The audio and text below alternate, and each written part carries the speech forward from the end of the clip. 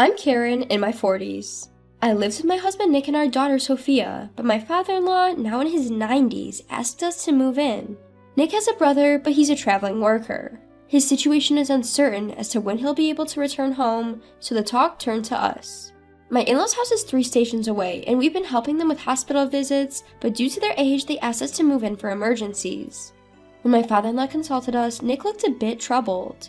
His mother favored his older brother a lot and used to slander Nick, saying, "Your brother is so smart, why are you such a failure? Your brother will inherit this house, you should find a job and leave."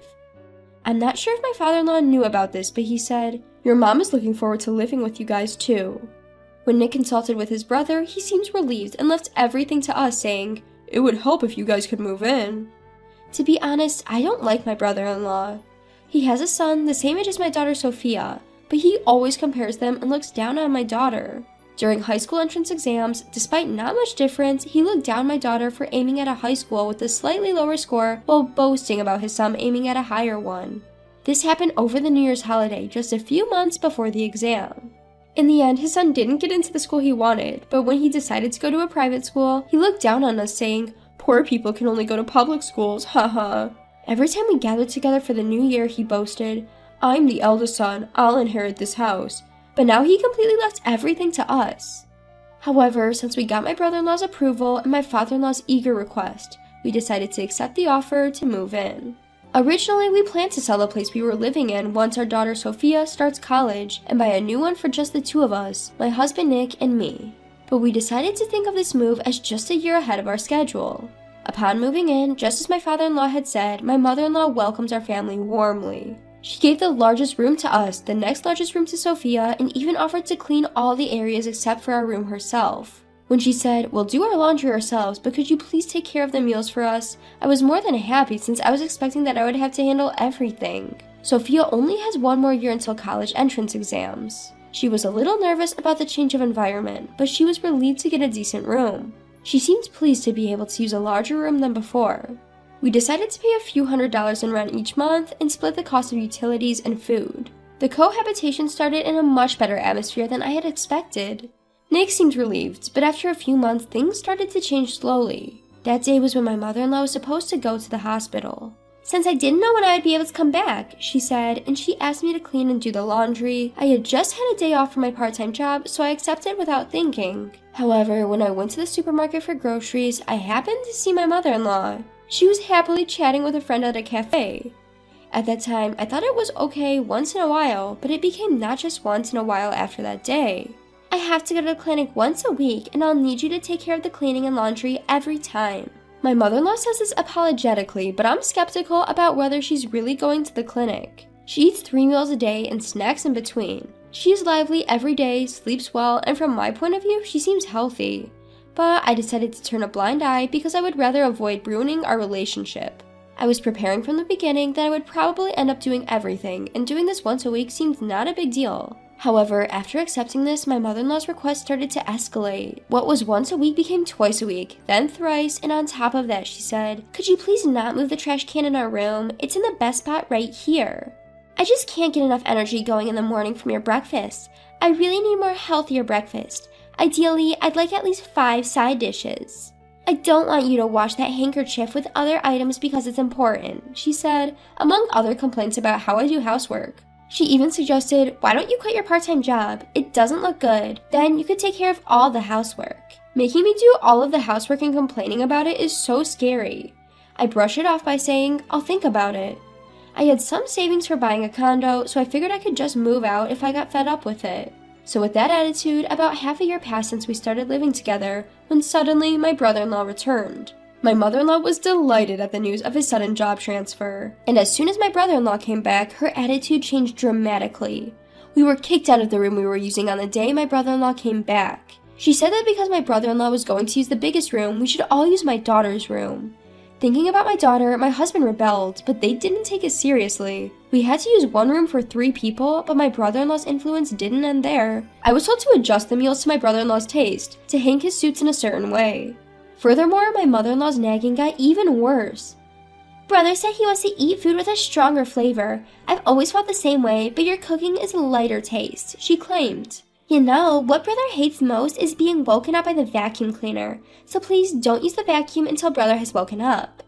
Every time it's always, brother likes this, brother doesn't like that, and it's like they're implying that everything my brother-in-law says is correct, joining in saying, yes, that's right.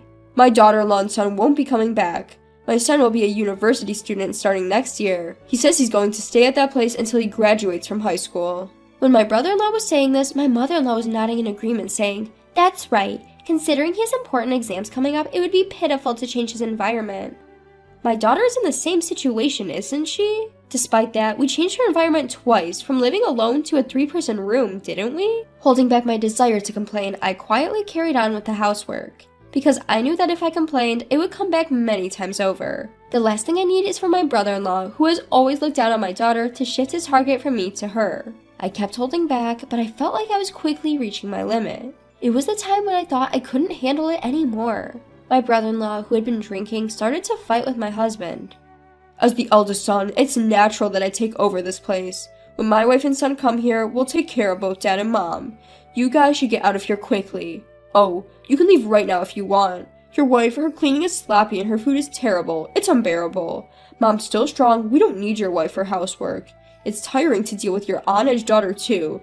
I'd be so satisfied if you guys could leave now. Actually, we don't need you anymore. I'm the eldest son. Now that I'm back, you guys should leave ASAP.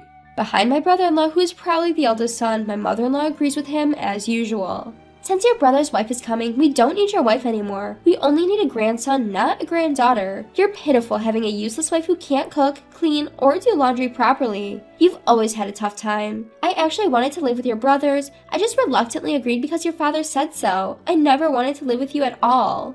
Inspired by my brother-in-law, my mother-in-law got carried away and began to say even more outrageous things. My husband, who is usually mild-mannered, seemed unable to bear it any longer. Enough, I get it. We should leave, right? We'll leave. Happy now? Stop speaking ill of Karen and Sophia, he shouted. This surprised even me. I had never heard my husband raise his voice in anger before. Neither of them expected him to explode in such a way, quickly downplaying their behavior, saying, we were just joking, or don't take it so seriously. But my husband disregarded their excuses and, without uttering a single word, started to make his exit. This shift in his demeanor truly unsettled them. They turned pale and began to cling to my husband, their faces filled with desperation. Their self-serving attitudes were astounding. It felt ridiculous, having tolerated their behavior up until this point. I was in the middle of cleaning up after dinner, but I dropped everything to stand by my husband's side. We were tired of living with you. If we both want the same thing, it's just right. I'll be leaving soon. Please rest assured. My brother-in-law and mother-in-law were both slack-jawed, making fools of themselves. Even I, who had always been so loyal, was now standing up against them. They probably couldn't imagine this as people who always think about themselves. Even now, I cannot forget about their expressions. My bold stance was all thanks to my husband. To be honest, as soon as my brother-in-law returned 2 weeks ago, my husband started looking for a rental property. We didn't know when my mother-in-law might revert to her old ways, or when my brother-in-law might start harassing our daughter again. There were too many uncertainties, so we began preparations to be ready to move out at any moment. We felt truly sorry for our daughter, having to change her surroundings so often, but it's better than staying here. We had a few places shortlisted, and by the next day, we had signed a lease for an available property and left our in-laws' place the following day. Afterwards, our daughter successfully got into college. She decided to live on her own, and we, as originally planned, bought a new apartment. It was a peaceful afternoon at the start of our new life when a call came in. The caller ID showed it was my mother-in-law. My husband was reluctant to answer, but when the incessant ringing was too much to bear, he finally picked up. We could hear the sound of my mother-in-law sniffling, possibly crying over the phone. I'm sorry for what happened back then. I know an apology might not make up for it, but can we put it all behind us? I want to live with you all again. The truth is, something terrible has happened to my son. My son and I, we can't seem to manage living together anymore. This is what my mother-in-law had to say. My brother-in-law had an affair within the company, and when it was discovered, he was demoted. That's why his sudden transfer had been decided. It seems his salary has dropped significantly, but my mother-in-law, who was indulgent with my brother-in-law, had not been receiving rent or living expenses from him, so she was oblivious to his situation until now. My brother-in-law thought he could keep the truth from being discovered, but a single letter shattered his scheme. It was a letter of proof sent by his wife. My brother-in-law, under the impression that his affair was not known, had passed off his demotion as a transfer, but his wife knew everything and seemed to have sprung divorce on him as soon as their son started college.